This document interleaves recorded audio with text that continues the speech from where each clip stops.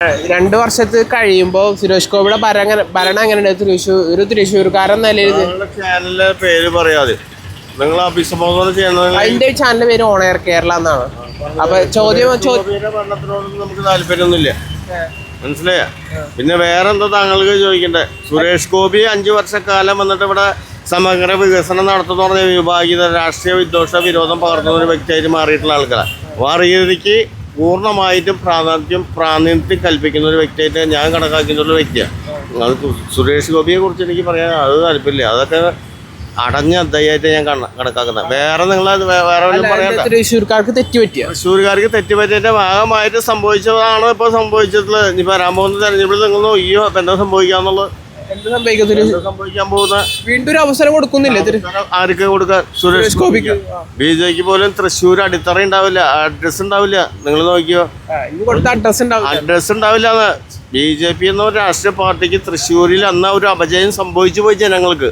അതിന്റെ ഭാഗമായിട്ടുണ്ടായിട്ടുള്ള വിജയമാണ്, മനസ്സിലായി? അതിന്റെ ഭാഗമായിട്ടുണ്ടായുള്ള ഒരു വിജയമാണ്. നിങ്ങൾ എന്ത് ചാനലിൽ കൊടുത്താലും എനിക്ക് വിരോധം വിദ്വേഷമൊന്നുമില്ല. എന്നെ ചോദ്യം ചെയ്യാൻ ആർക്കും കൂട്ടില്ല. ഞാനൊരു പൊതുപ്രവർത്തകനാണ്, ഒരു തൊഴിലാളിയാണ്. അതിന് മാത്രമേ ഉള്ളൂ. മെയ് 4 എത്ര സീറ്റ് കിട്ടും? അവര് കണക്കാക്കുന്നത് 3 മുതൽ 9 വരെ ഉള്ള സീറ്റുകളാണ് അവിടെ ചാനലിൽ കാണുന്നത്. അല്ലാണ്ട് എനിക്ക് വ്യക്തമായിട്ടൊന്നും ഒരു അഭിപ്രായം. നെടുമങ്ങാട്, വട്ടിയൂർക്കാവ്, അത് മഞ്ചേശ്വരം, പാലക്കാട്, അവശേഷിക്കുന്ന തൃശ്ശൂർ അടക്കമുള്ള സീറ്റ് കിട്ടും എന്നുള്ളതാണ് അവർ പറയുന്ന ഒരു വാർത്താ മാധ്യമങ്ങളിൽ കൂടി നമുക്ക് മനസ്സിലാകുന്നത്. എനിക്ക് വ്യക്തമായിട്ടൊന്നും അതിന് യാതൊരു കാഴ്ചപ്പാടില്ല. അവർ കിട്ടാതിരിക്കുക അവരെ കഴിവ് പോലെ അവർ നോക്കിയോട്ടെ. എനിക്കതിന് താല്പര്യമൊന്നുമില്ല. BJP എന്നുള്ള രാഷ്ട്രീയ പാർട്ടി കേരളത്തിൽ ഒരിക്കലും വാഴാനും അനുവദിക്കുന്നില്ല. BJP നല്ലൊരു നേതാവ് എന്ന് പറയാൻ ആരാളുള്ളത്? BJPയെ കുറിച്ചിട്ട് എനിക്ക് യാതൊരു താല്പര്യമില്ല എന്ന് പറയാൻ എനിക്ക് താല്പര്യമില്ല. BJPയുടെ നേതാവ് BJPക്കാരോട് ചോദിക്കുന്നുണ്ട്. ഞാനൊരു കമ്മ്യൂണിസ്റ്റുകാരനാണ്, അതുകൊണ്ട് എനിക്ക് BJPനെ കുറിച്ച് നേതാവ് ആരാന്ന് പറയാൻ എനിക്ക് താല്പര്യമില്ല. നമ്മൾ കമ്മ്യൂണിസ്റ്റുകാരനാണെങ്കിൽ പോലും വേറൊരു പാർട്ടിയിൽ നല്ലൊരു നേതാവ് ഉണ്ടെങ്കിൽ നേതാവിന്റെ പേര് നേതാവ് വരണം എന്ന് പറഞ്ഞാൽ ആരാ ഭരണപ്പെട്ട നേതാവ്? നല്ലൊരു നേതാവ്. ഞാനിപ്പോ ഒരു കമ്മ്യൂണിസ്റ്റുകാരാന്ന് പറഞ്ഞാൽ ഈ ഭരണത്തോട് വിയോജിപ്പുള്ള എത്രയോ ആളുകളുണ്ട്. ഇപ്പൊ വന്നിട്ടുള്ള 5 വർഷത്തിന് ശേഷം 2005, 2010 വന്നിട്ടുള്ള എത്രയോ പേരുകൾ കൊണ്ട് പിണറായി വിജയന്റെ ഭരണകൂടത്തോട് വിയോജിപ്പ് കാണിക്കുന്ന എത്രയോ ആളുകളുണ്ട് ഇവിടെ. അതൊക്കെ വളരെ വിപത്ത്. ഒരു കാര്യം താങ്കൾ മനസ്സിലാക്കേണ്ടത്, നിങ്ങൾ ഏത് ചാനലിൽ കൊടുത്തു എനിക്ക് പരാതിയൊന്നുമില്ല.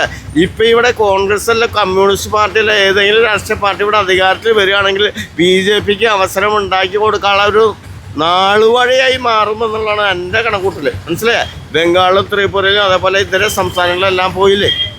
പക്ഷെ ഞാൻ CPI കാരനാട്ടാ. എൻ്റെ ആധികാരികമായി ഞാൻ പറയുന്നത് ഞാൻ CPI കാരനാണ്. ഞാൻ ഇപ്പോൾ പറഞ്ഞത് മാധ്യമങ്ങളോട് എൻ്റെ പാർട്ടിയുടെ അഭിപ്രായമല്ല ഞാൻ പറഞ്ഞത്, എൻ്റെ വ്യക്തിപരമായിട്ടുള്ള അഭിപ്രായം ഞാൻ പറഞ്ഞു. മെയ് 4 സപ്പോസ് UDF ജയിക്കുകയെന്ന് വിചാരിക്കുക. UDF ജയിച്ചിട്ട് VD സതീശൻ മുഖ്യമന്ത്രി ആയാലും എങ്ങനെ ഉണ്ടാവും? VD സതീശന് ആരും അവർക്ക് തമ്മി തിരിഞ്ഞ് തല്ലുകൂടി നടക്കല്ലേ. അവരെ കൊണ്ട് എന്ത് ചെയ്യാൻ കഴിയുന്ന പറയണേ? ഒരു ആഭിമുഖ്യമുള്ള ഒരു രാഷ്ട്രീയ പാർട്ടി, ഒരു ഐക്യ മുന്നണി എന്ന് പറഞ്ഞാൽ അവർക്കൊരു വ്യക്തമായ രാഷ്ട്രീയ കാഴ്ചപ്പാടില്ല. വ്യക്തമായിട്ടുള്ള രാഷ്ട്രീയ കാഴ്ചപ്പാടുള്ള ഒരു രാഷ്ട്രീയ പാർട്ടിയല്ല കോൺഗ്രസ് പാർട്ടി. VD സതീശനെ കുറിച്ച് നിങ്ങൾക്ക് അഭിപ്രായം ഒന്നും എനിക്കില്ല.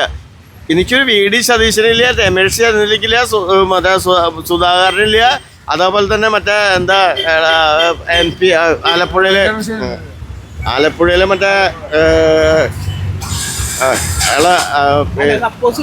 മുഖ്യമന്ത്രി ആര് വിചാരിച്ചാലും അവരൊന്നും വിചാരിച്ചാൽ ഒന്നും കേരളത്തിൽ ഒന്നും ചെയ്യാൻ കൂടില്ല എന്ന് പറയാൻ കാരണം എന്താണെങ്കിലേ ഞാൻ ചോദിക്കട്ടെ, VD സതീശൻ മുഖ്യമന്ത്രി ആയ കേരളത്തിന്റെ അവസ്ഥ? VD സതീശൻ മുഖ്യമന്ത്രി ആവുന്ന VD സതീശന് കേരളത്തെ കുറിച്ച് എന്തറിയാൻ പറ്റുക? 4 തവണ 5 തവണ പറവൂരിൽ നിന്ന് മത്സരിച്ചെന്ന് പറഞ്ഞിട്ടാ. അതിൽ മുമ്പുണ്ടായിരുന്ന ഒരാളാണ് രമേശ് ചെന്നിത്തല. കരുണാകരൻ മുഖ്യമന്ത്രി ആയിരിക്കുന്ന സമയത്ത് ആഭ്യന്തരമന്ത്രി ആയത് കൈകാര്യം ചെയ്യുന്ന ആളാണ് രമേശ് ചെന്നിത്തല. അയാളെ പേരാരും നിർദ്ദേശിക്കുന്നില്ലല്ലോ, ആരും പറയുന്നില്ലോ. ഒരു മിനിറ്റ്, ആരും പറയുന്നില്ലല്ലോ.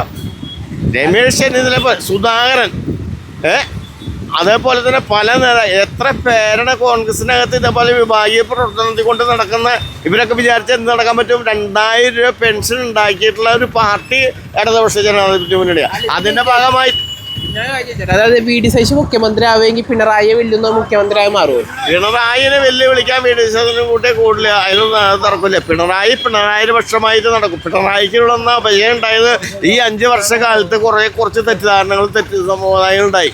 അതിന്റെ ഭാഗമായിട്ടാണ് പിണറായിക്ക് ഇത്രയും ദോഷകരമായിട്ടുള്ള നിലപാടുണ്ടായത്. ഇപ്പൊ ടി വിയിൽ പറഞ്ഞല്ലോ 10 മന്ത്രിമാർ പരാജയപ്പെടുന്നു പറഞ്ഞല്ലോ. CPIയുടെ ഒരു മന്ത്രിമാർ പരാജയപ്പെടുന്നത് ഞാൻ കേട്ടില്ല. ഞാൻ CPI കാരനാണ്. ഞാൻ വീണ്ടും പറയുന്നു, CPIയുടെ ഒരു മന്ത്രിമാർ പരാജയപ്പെടുന്നതല്ലേ. എൻ്റെ സുഹൃത്തും എൻ്റെ സ്നേഹിതനും കൂടെയുള്ള കെ രാജൻ മന്ത്രി, റവന്യൂ മന്ത്രി, മനസ്സിലായ ഞങ്ങൾക്ക് അതുല്യമായിട്ടുള്ളൊരു കാഴ്ചപ്പാടനുസരിച്ചിട്ട് ഞങ്ങൾ നിലപാട് സ്വീകരിക്കുന്നതാണ്. ഞങ്ങൾ മാധ്യമങ്ങളൊന്നും ഞാൻ അങ്ങനെ സംസാരിക്കല്ല. എൻ്റെ പേര് ഞാൻ പറഞ്ഞാൽ നിങ്ങളത് വിവാദം ഉണ്ടാക്കിയിട്ട് കാര്യമില്ല. ഞാനൊരു പൊതുപ്രവർത്തനമാണ്. ഞാൻ എൻ്റെ പേര് ഞാൻ പറയാൻ ആഗ്രഹിക്കില്ല. ഓക്കെ.